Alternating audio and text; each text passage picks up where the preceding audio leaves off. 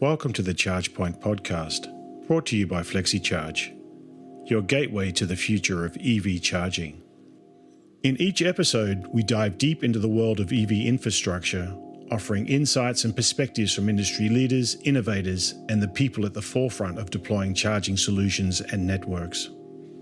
Join us to explore the exciting developments that are accelerating our world towards sustainable mobility.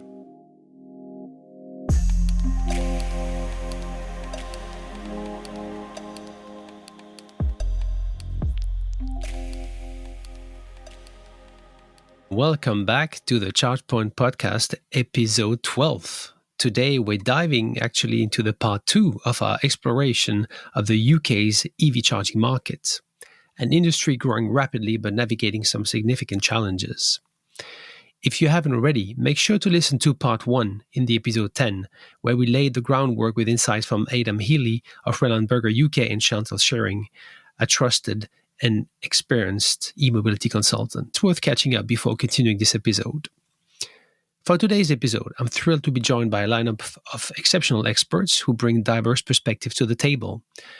We have Jan Rosenau from the Regulatory Assistance Project, a global authority on energy policy and grid challenges. Joining him is Melanie Schaffelbotham, CEO of Zapmap, whose expertise in EV user behavior and charging network trends offers invaluable insights into consumer habits. And finally, we'll hear from Jeanne Buet, a consultant at RowMotion, who will share her analysis on market innovation and the economic viability of advanced charging technologies, including battery energy storage systems. We'll explore how UK CPOs are tackling profitability challenges, adapting to grid constraints, and leveraging innovations like smart charging and vehicle-to-grid solutions to future-proof their operations.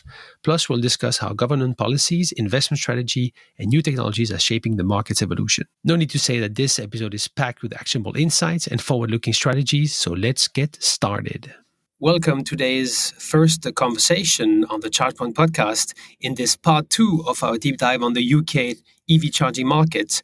We have another specialist in the hot seat today, Jeanne Buet from RowMotion. Welcome. Jeanne, can you maybe introduce yourself to the audience, please?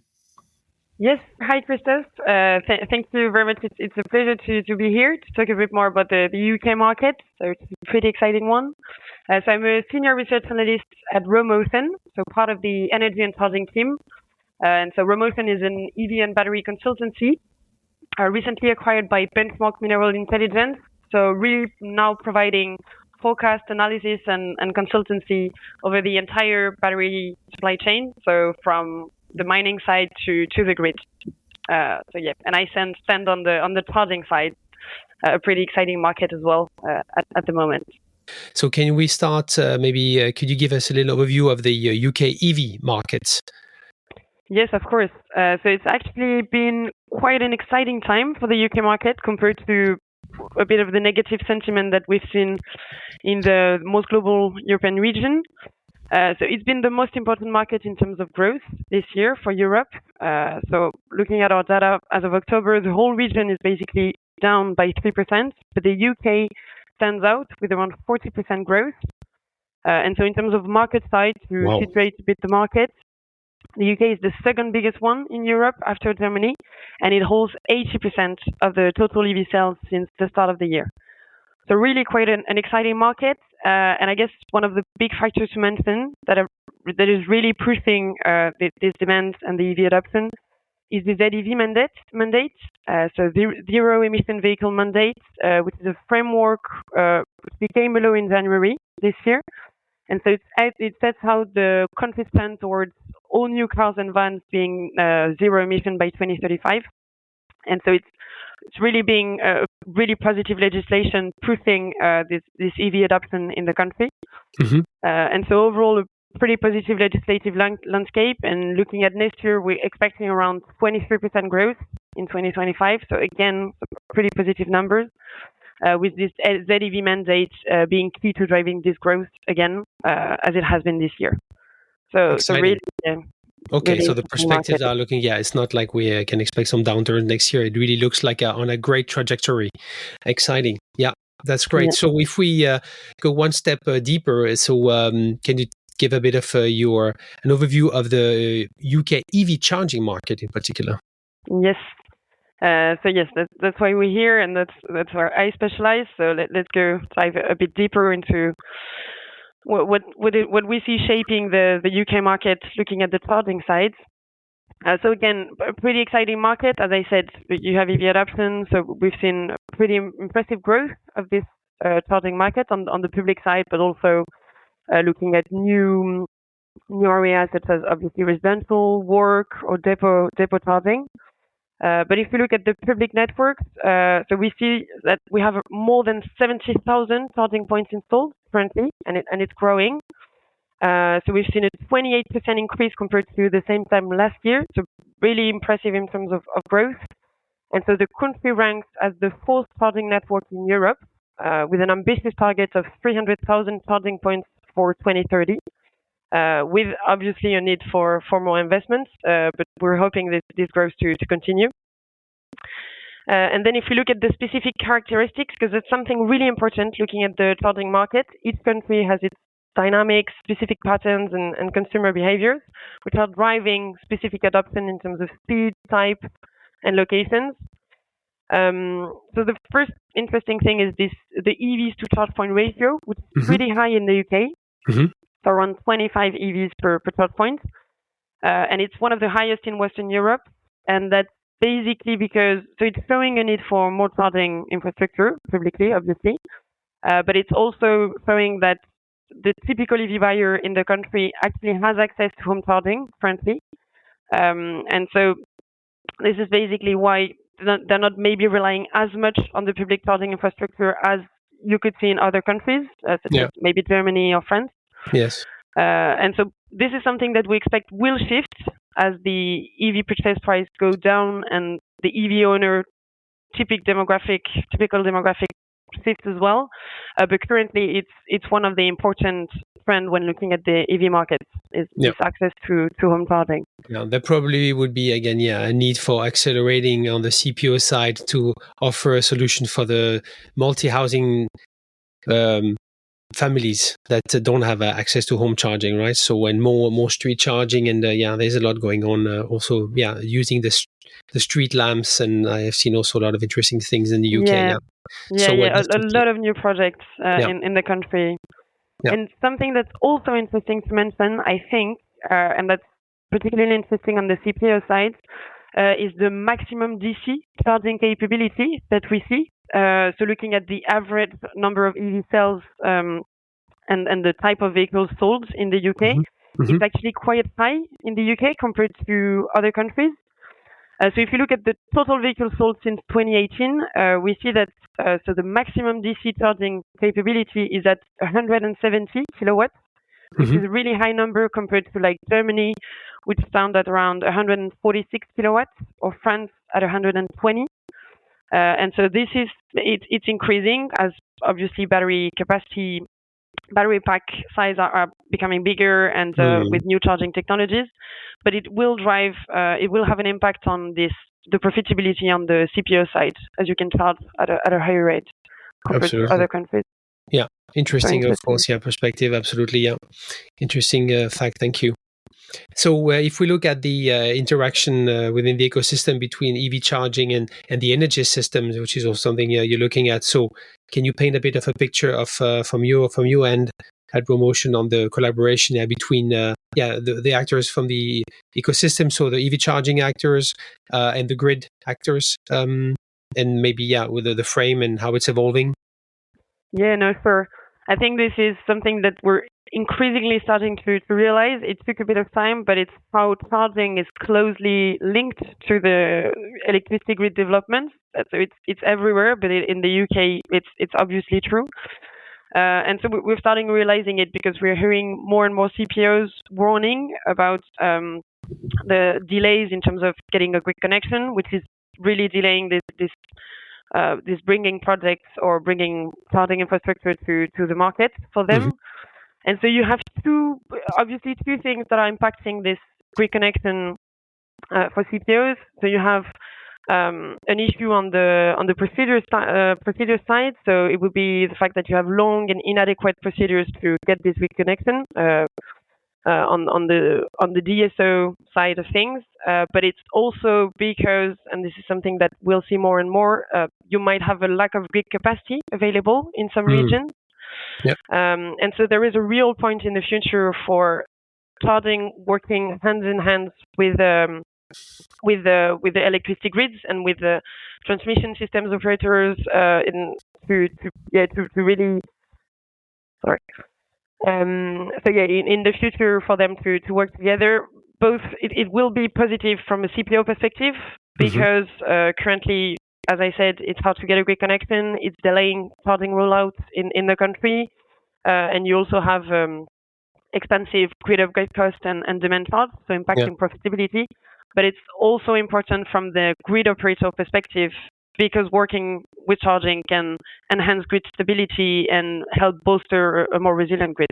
Yeah, exactly. Yeah. So the EV charging is not shouldn't be the problem. It should be part of the solution, hopefully, right? For a stronger grid. Yeah. And do you see we start to hear about kind of co-locations of renewable producers that have a solar farm or maybe a wind farm and then connected closely with a big charging hub. Is it this kind of project is something you heard of in the UK, combining the two, like close physically also even in the same area? Yes, I think this is definitely something that we've seen emerging quite a lot. Obviously, it makes quite the good pair. Renewables, it makes sense. You want to recharge your car with green energy, and it's also be a good production source for CPOs to collocate charging with. So yes, certainly a lot of investments on the renewable collocation, BESS paired technologies as well. We've seen a lot coming to the market in the past year. Obviously, the new technology, which is quite interesting to find a solution to this issue of getting a connection to the grid. Mm-hmm. So this is something that we were going to see emerging in the longer term anyway, as it makes sense for the entire EV charging ecosystem. But I guess it might be accelerated by this need to start finding solutions to these quick connection bottlenecks that we've seen. Yeah, absolutely. Yeah. And in the Raw Motion magazine, which your consultancy is publishing, which I recommend, and we'll share a link in the show notes. You wrote an article some months ago about BSS or battery energy storage systems and EV charging being I think I quote you, a golden duo. So can you maybe talk a bit about this article and here with our audience? Yes, no, for sure. So we do publish a magazine twice a year where we have a look at the main trends on the EV battery and charging markets. So this is something that I looked at for this edition of the magazine. As I said, we've seen so many charging manufacturers bringing these new technologies, so new chargers paired with BSS in the past year to the market. And even if it's obviously batteries are still quite expensive, and this is a bit of a balance that you have to find. As I said, you currently have such difficulties to get a grid connection. Sometimes it can be so expensive, and your demand charge to get your peak power that you will need at full capacity is also so high. It kind of makes sense to go through this new solution and to collocate BSS with charging. It can be either in a shorter term to support your station during, I don't know, a blackout. Well, the article was in the US, so it's more specific to the US. We don't have this as much in Europe, but it can be as well to support the charging station through a peak of demand during holiday time or summertime when people are going away or on long distance journeys, even to just as a solution to support the charging rollout without impacting as much the grid. Yeah. And do you see, have you any concrete projects you heard of lately in the UK co-locating batteries with a charging infrastructure? Or is it still a little bit, okay, it's in the papers, everybody wants to do it, it's starting to make sense, it's about to make sense, but nobody has really done it? Because I hear of very few projects still today. So you already have a lot of companies which are, I'm not sure I could mention an exhaustive list, but who have started rolling out their chargers paired with BESS stations, so as a product. But you also have and I'm not sure I have an example on the top of my head, but you also have some bigger charging hubs collocating with BSS, at least pilot projects, or even starting to be mentioned in the UK. So we've heard of this. But yeah, the most important thing that we've seen is these new products collocating smaller batteries with your charger, which are starting to be rolled out. And you have companies like ADS Tech, Eli under the Volkswagen brand, or Campower, a lot of them have started to work on this. And Xcharge also is doing this. I talked in an episode at the Power to Drive some months ago with the European managing director, and they also offer this kind of lines which combine. And I think it's a big discussion about what's optimal. It depends really on the cases for having satellite batteries, which are not connected but which are on the site and you can move around, or you are putting them together as one product. There are pros and cons, and for those who want also dive into this topic, I can recommend to go back to the episode 1 of the podcast where we were basically resharing our webinar on BSS, which was a really great episode with Robert Brame, our CTO, and people from Pixie and people from the charger industry and so on. So I can highly recommend. So in terms of innovation, we can't talk about innovation and in emerging technologies and take a reality check in the UK without finishing with the infamous three-letter acronym V2G. So can you maybe give us a bit of your point of view, or RoMotion's point of view, on the emergence of V2G in the UK? Where are we, maybe compared to other markets? Yes, of course. So I guess this technology when we're talking about V2G, V2X, or V2H even, we're talking a bit further along the line, as it's a technology that we're really seeing a lot of interest in, and we're seeing, for example, a few companies starting to release news on the charging side or on the EV side, but it's something that we're still seeing develop at the moment. But the UK is a particularly interesting market because we've seen a bit of money from the government allocated to a few pilot projects, for example, in the past few months. So really kind of an interest here that we maybe haven't seen in other European countries, for example, I don't know, where we haven't seen this type of interest and investment from the government. And we've also seen, for example, recently some piece of news as well about on the UK market. Specifically, Nissan announced it would roll out bidirectional charging on a few selected vehicles starting in the UK by 2026. So again, the UK here being kind of at the forefront with this piece of news, and it was the first car brand to receive the necessary grid certification in the UK. So yeah, really an interesting one. But this is something that we certainly see in the future playing a role, because you need to remember that your EV is mostly parked most of the time. And so charging will have a role to play with these innovative solutions in terms of how to help the grid, how to help balance energy demands. And V2G will be part of the solution, just maybe in a bit on the longer term compared to the BSS solutions that we've seen developed. But the UK, again, particularly interesting on this side. Yeah, very interesting. Thank you. Yeah, we'll keep an eye on this news and this rollout in 26 by Nissan. So BSS, the 25 will be the year of BSS, and 26 may be the first year of breakthrough of V2G. Let's see if that's going to be the case. Okay, thank you very much for sharing those insights, Jeanne. I encourage everybody to check out the Raw magazine, the latest edition, and discover this article which you wrote and other of your colleagues' articles. So on that note, thank you very much for joining the ChargePoint podcast, and wishing you a great afternoon. Thank you, Christophe.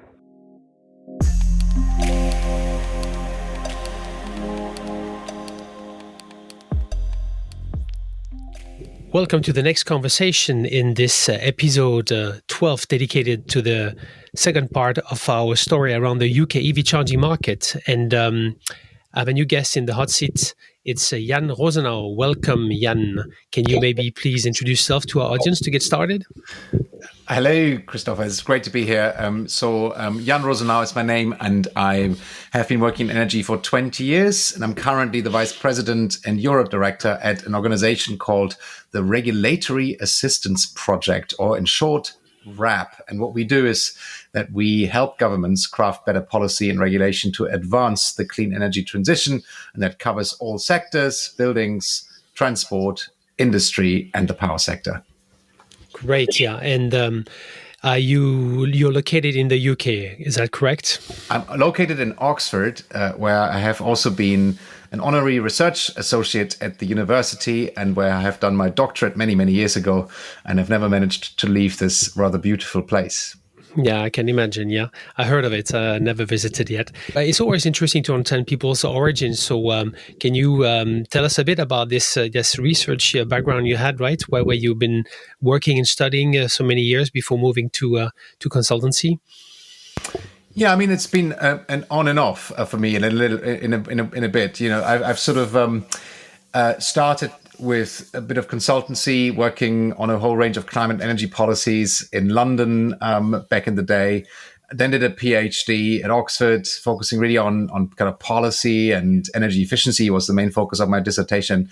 And then went back into consultancy. And since 2015, I've then joined this nonprofit organization called RAP, which I'm still with after 9 years. And all alongside, I have been publishing and had several research affiliations with universities. But that's always only been a bit of a hobby horse of mine rather than a full-time occupation. But I just, for some reason, love writing academic papers. I mean, I know few people can understand why you would ever want to do that voluntarily, but I do like the process of really going into the detail and trying to understand the topic and writing it up in a concise way. Great, absolutely. Good. So, yeah, given your knowledge and your background, we'll really kind of make use of that for this session and dive into the grid challenges and opportunities for the UK EV charging market. So, you mentioned when we were preparing the conversation that there's a new report by grid authorities on how to achieve clean targets for 2030. The demand side response and the role of EVs. Can you please take us through this report and how you see the landscape and where it's going? Yeah, pleasure to. So the UK government has set itself a very ambitious goal in the manifesto, which they published in the run-up to the election that we had in July this year. The government, or the incoming government, the Labour Party at that time, basically said by 2030 they would like to decarbonize the electricity system completely, go to zero emissions or near zero emissions by 2030. Which is, of course, is a tall order, right? That's an ambitious goal. It's only 6 years, and you got to achieve that. And then the Department for Energy, that's responsible for this, asked what is called the National Energy System Operator, or NESO, is the short form. That's just been incorporated at the end of September, I think it was. And it's a totally independent entity. It used to be the case that there were ties to the grid companies, to the TSOs, and it's now an independent entity. And they've been tasked with actually setting out, how can you achieve that? You know, how can you get to nearly zero emissions power by 2030? That was the task that they've been given. And then they sent their experts to do a bit of modeling, and they came back with a report that was launched not too long ago, just a few weeks back. And that sets out in great detail how the UK can meet that. And the main, I think, piece that is of relevance for this conversation is that the amount of flexibility in the energy system needs to go up by a factor of 4 to 5 by 2030. So a vast amount of demand-side response will need to come online to make that possible. And out of that demand-side response, a significant chunk will be delivered by smart charging and using electric vehicles in a much smarter way than we currently do. Yeah, that's. I think it's the UK is not alone here, but I really would like to understand maybe the specificities of the UK grid situation and the potential that it holds with its very high level of renewable, and because it's really on the EV side, it's really on a great trajectory, right? In terms of volume, it's becoming the biggest market in Europe. Exactly. So if we look at the role that EV charging can play in the puzzle, so to speak. So how can it help, or how can we achieve in the UK this very ambitious target, and have fundamentally more flexibility to a level which has never seen beyond, or which has never seen before? Yeah, I mean, the key, I think, and that's also coming through in the NISO report I mentioned, is to give people an incentive to do it, right? The alternative to giving incentives would be to force people to provide flexibility, and that is not going to play well with the public. And I don't think that is fair for consumers either. And it would slow down the EV market. People don't feel like they can charge their car when they want to. So the way to do that is to have time varying tariffs, time of use tariffs, of which the UK has many. We actually just recently done a study of all European countries and done a stock take of time of use tariffs and other smart charging tariffs that exist on the market. We found more than 400, and the concentration in the UK is amongst the highest in Europe. So there's a lot of tariffs now on offer. And you can actually go to our website, raponline.org, and you can find this work. It's a clickable map. You can drill down into the detail, find exactly what tariffs and what kind of things they do. But that is the key lever, I think, that on the incentive side, to basically give people the opportunity to save money, right? And let me make this really specific. So in my own case, I've been using an electric vehicle now for about 4 years. And we have used a time varying tariff since day one, pretty much. And our tariff changes every 30 minutes. And the question people often ask is then, well, how do you constantly watch energy prices? And that seems like a real hassle.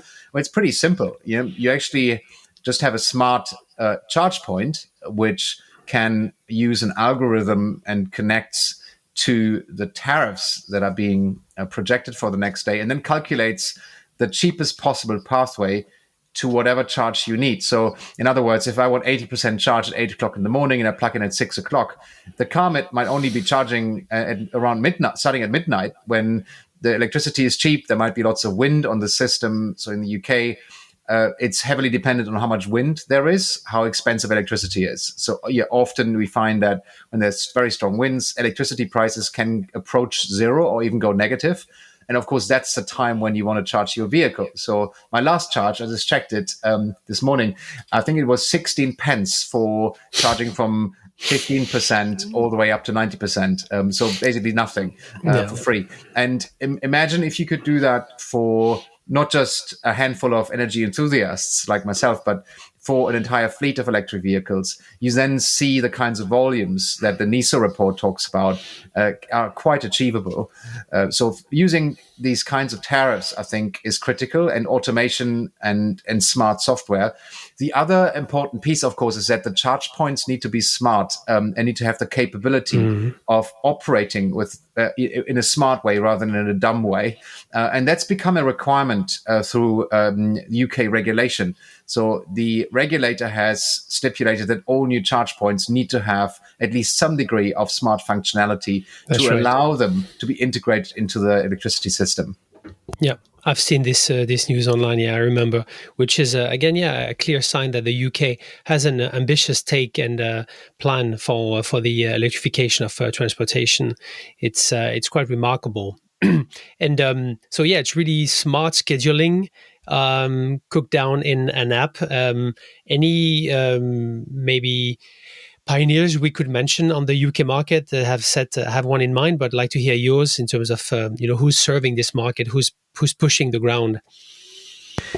I mean, in terms of the energy companies that are out there pushing for flexibility and trying new business models and interesting approaches, I mean, Octopus Energy, of course, is the one that comes to mind. They've been at the forefront of this, but there's now other energy suppliers also offering these kinds of tariffs. And in fact, all over Europe, we're going to see them, because in EU legislation, it is stipulated that all energy suppliers need to offer at least one time of use tariff going forward. That doesn't exist yet, but it will have to be implemented across Europe. So this is one of the the ways again of rolling out these tariffs to a much broader population. Well, in the UK has been probably at the cutting edge of that, and I think Octopus definitely deserve credit for that in trying different types of tariffs, more sophisticated ones or simpler tariffs.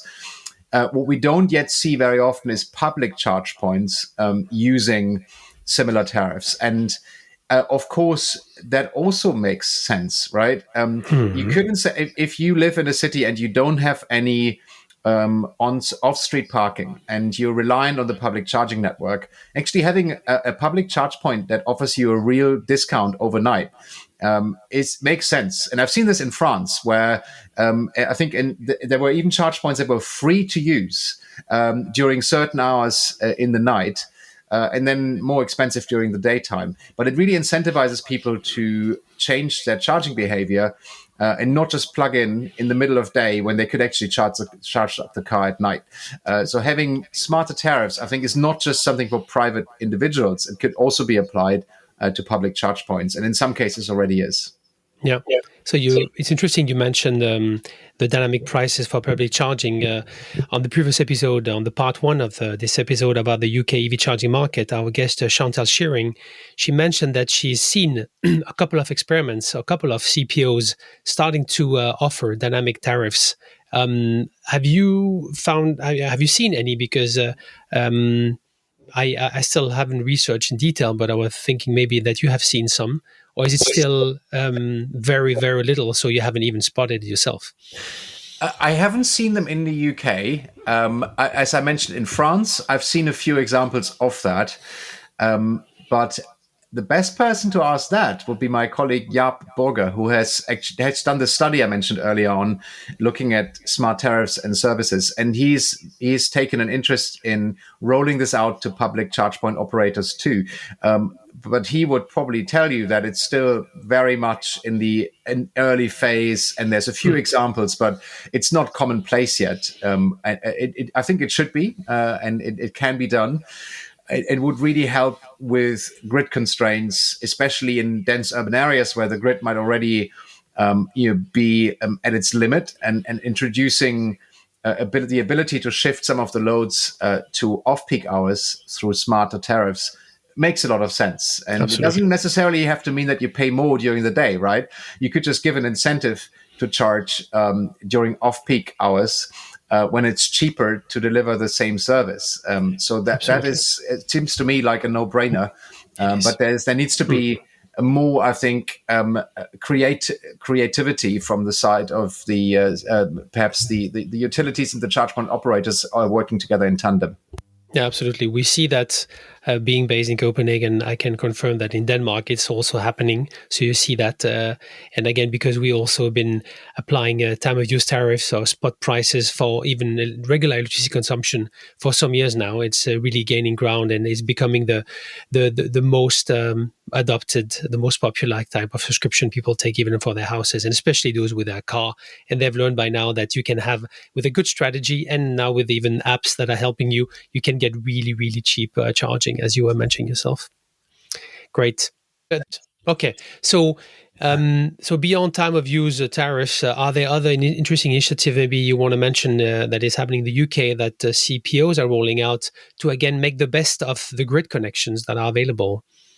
Yeah, I mean, a really innovative and interesting example is to use lampposts. So because they're already there, right? And there's one just around the corner where a lamppost has been converted to an electric vehicle charging point. It's about 1 minute walk from here, and it's used by a car sharing company. So if you remember, you can use an EV that's plugged into that lamppost, and there's a second spot where you can also charge as an individual. That's sort of privately. And the interesting, I think, learning from that is that you don't really need. There's no massive intervention that's needed.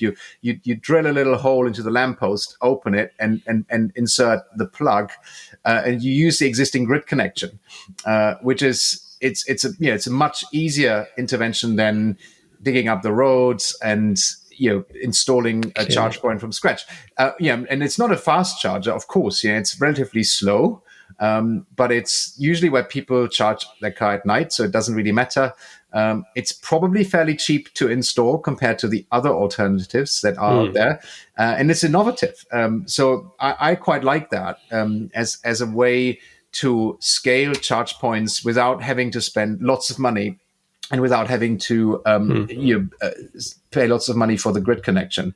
Absolutely, yeah. It's quite clever. I'm just puzzled why it's only happening in the UK, as if maybe the British lampposts have some particularity versus main continent ones. But we'll dig into this. But thanks, yeah, great example. So maybe to round up this conversation, would you have maybe some recommendation or comments, good advices for CPOs that are eyeing the UK market? What should they have in mind? What should they be aware of as they want to conquer this market? Well, I think the UK market is vibrant. I mean, despite some of the negativity in the press, the sales again in November, the last month, have been going up again. We're looking at a pretty decent growth, of course, with ups and downs, but the EV market is going strong in the UK. So there's demand, and that demand is increasing for public charging.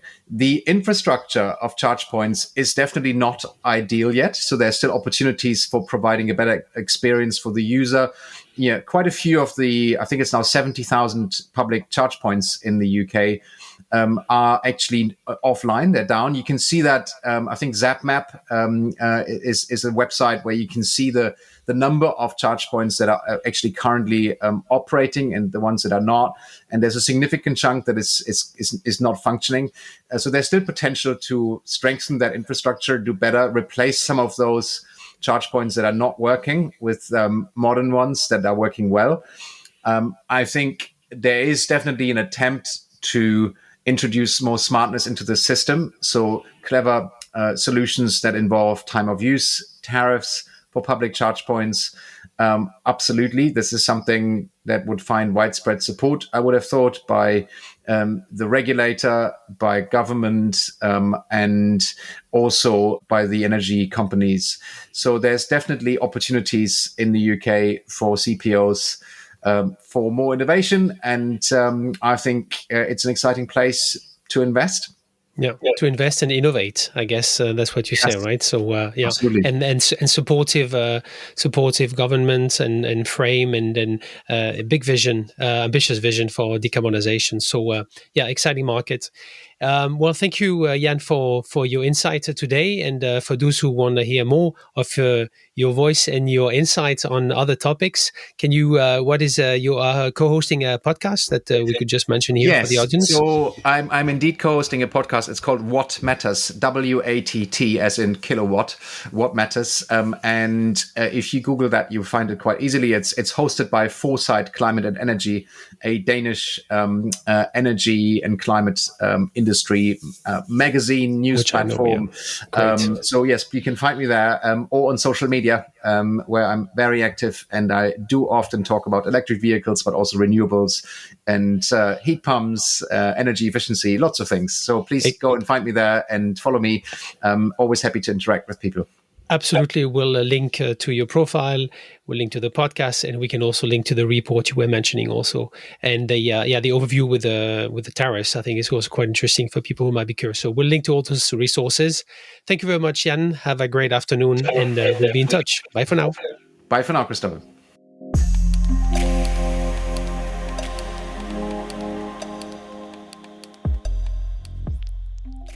And welcome to the third conversation of this episode 2 about the UK EV charging market on the ChargePoint podcast.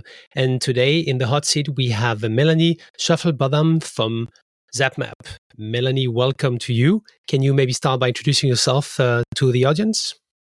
I'm Melanie Schaffelbadam, co-founder and COO of Zapmap.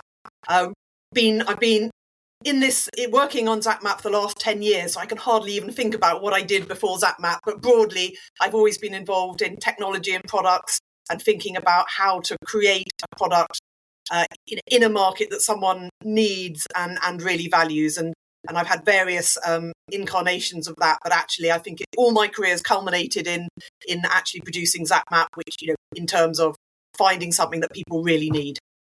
All right. Without going into too much details, I'm still always curious because I like ventures and new projects. Can you just maybe tell us a little bit like how it just started for, between you and your founders, and how Zapmap was incepted? Sure. Yeah. So my business partner, Ben Lane, and I previously had a website called nextgreencar.com, which was all around finding a low emission car. So that was back in 2010. So we basically did a whole life cycle analysis of all the different types of technologies, powertrain technology, LPG, CNG, petrol, diesel, hybrid, plug-in hybrid, and electric. And we created this website where people could look and find the best car for them, not just on emissions, but also on CO2 emissions, but also on air quality. So that was really where it started. Mm-hmm. And then around 2012, 3 key electric cars came out. I'm sure will be familiar to you, the Renault Zoe, Nissan Leaf, and the BMW i3. Correct. So at that point, we thought, right, this is it. The electric market is happening. It is going to happen now. And so that was at the point we thought, well, people are going to need to find charging points when they're out and about. So that was really how Zapmap was born. Fantastic. Yeah, so I think many people, many of our listeners might know the name and roughly know what you do. But I think there's a lot to say about what Zapmap does. So can you please outline a bit what Zapmap's role is in the UK EV charging market or EV market in general? Yeah, sure. So first and foremost, Zapmap is really about giving EV drivers confidence when they're out and about. So, out driving, whether they're trying to find a charger for a longer journey, or whether they're trying to find near home charging, or whether they're just stopping and they want to charge. Zapmap helps you find the chargers and your journey, and also cross network payment. And really the whole app is underlined by a really great EV community who come and check in at the charge points, add pictures, extra information, so really helping EV drivers out. And then beyond that, we are also trying to help really reach that next 5 million EV drivers. So someone who might have thought, oh, I'd love an electric car, but then the next question is, oh, well, what about charging? They're worried about that. We want them to come to Zapmap, read some guides, beginners guides, go and look on the map, feel a bit more confident, try and understand what the how long it takes to charge, what's a kilowatt hour, all of that. So that's our sort of consumer proposition. And underlying that is a data platform. So we aggregate data from all the charge point operators across the UK into one consistent format, make sure the data quality is there, add extra information like location type, and all the different quality measures, and then put that into our platform. And then out the other side comes, with a bit of jiggery pokery, a bit of technical wizardry. Out the other side comes the app, the Zapmap app, which I've talked about.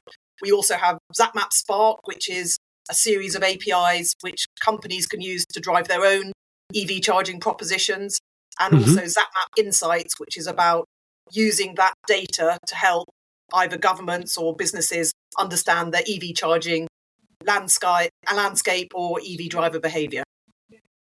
And so within that, the charge point operators are clearly our key stakeholders, and what we do for them is we give them visibility to EV drivers. One CEO of a charge point network said to me, we get a charger in the ground, we get a little bit of utilization, then we put it on Zapmap, and then we can actually see the volume go up. So we're really helping charge point operators get their brand out there and to drive utilization. Yeah, fantastic. Yeah, you definitely the super local hero. I had the pleasure to work in the EMSP business in a previous venture at Electromaps, and Zapmap is really a force to reckon with on the EMSP markets. Absolutely great. So lately, you told me there's been a lot of headlines in the UK, which the industry is talking about. So that's really exciting to have the EV charging industry being part of the conversation, right, in the UK. Mm-hmm. So can you tell us a bit what kind of headlines you've seen and what thoughts those have been provoking? Yeah, I think in the EV market, we've got a couple of quite interesting bits of legislation. I think sort of groundbreaking. So the first one is the ZEV mandate, the zero emission vehicle mandate. And what that does is it mandates car manufacturers to sell 22% of all their cars in 2024 as pure electric vehicles, going up to 80% by 2030. So 22% this year, 28% and up from there.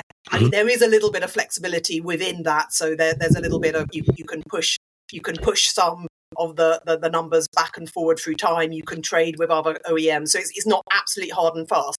But if they don't hit those numbers, they pay £15,000 per vehicle that is not part of that 22%, 28%.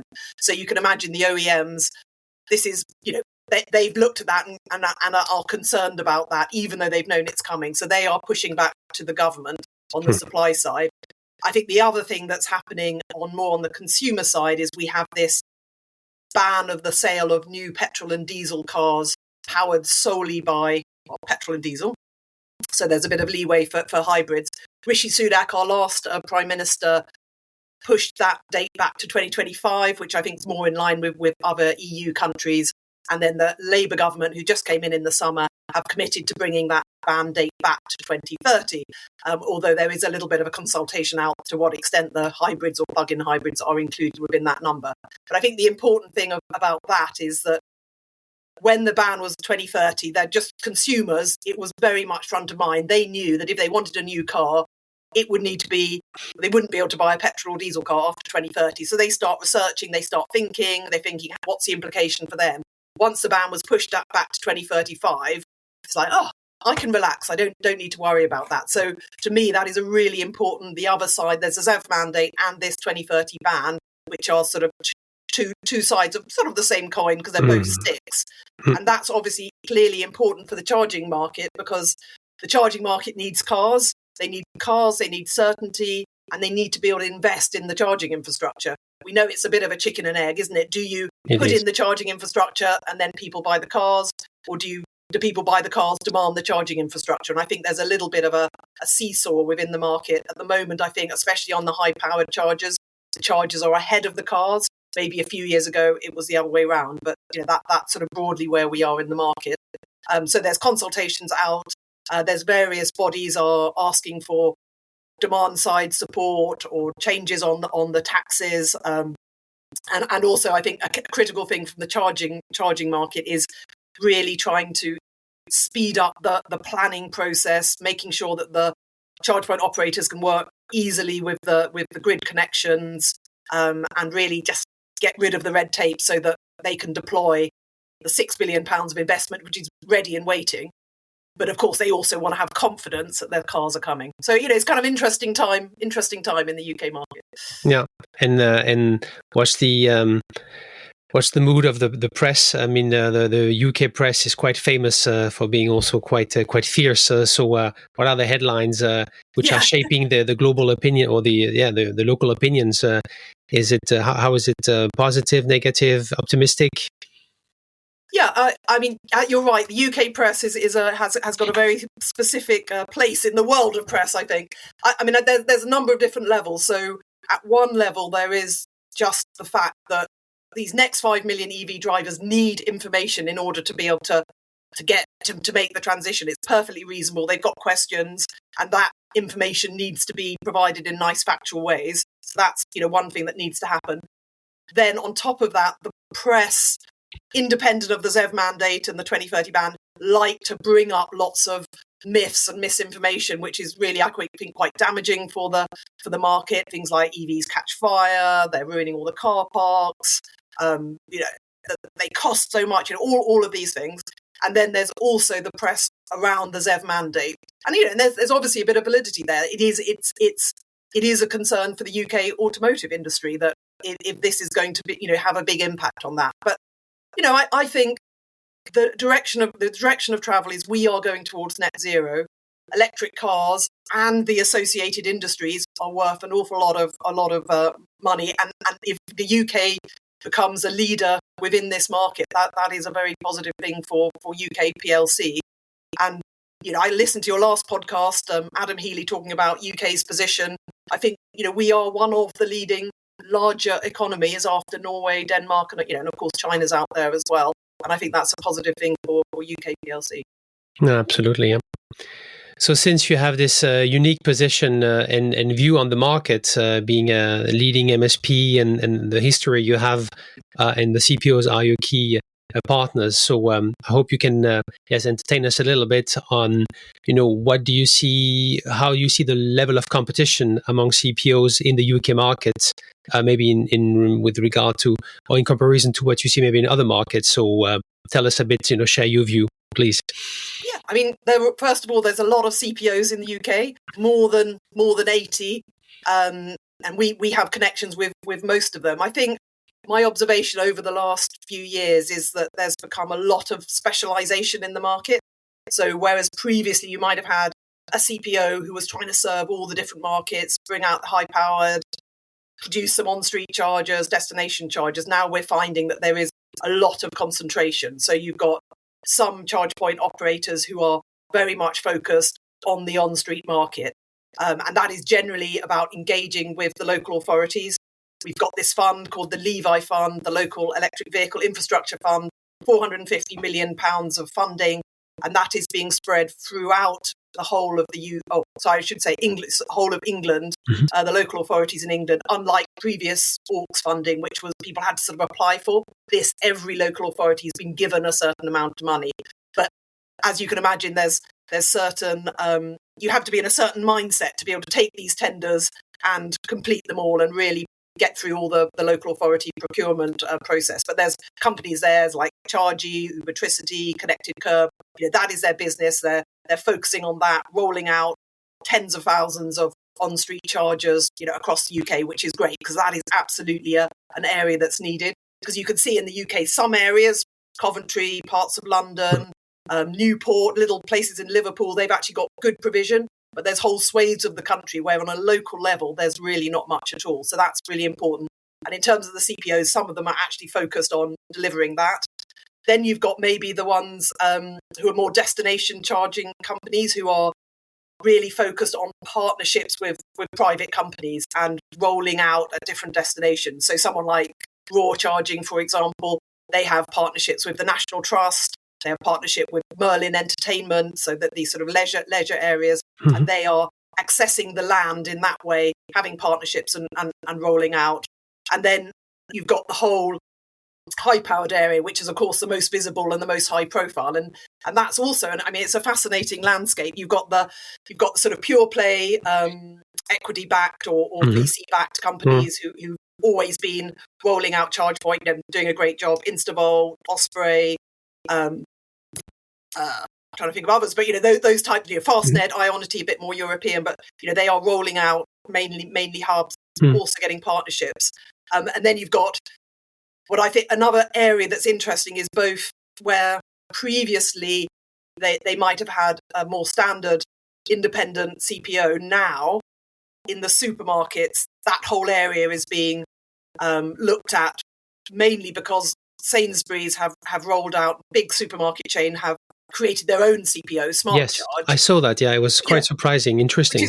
That's been a new entrance in the market in 2024, and they've already rolled out, I think, about 400, 300 kilowatt chargers, in the Sainsbury's locations. And what's cool about that is they've linked it up with their Nectar loyalty points, so it's more of a kind of coherent solution. So those types of things.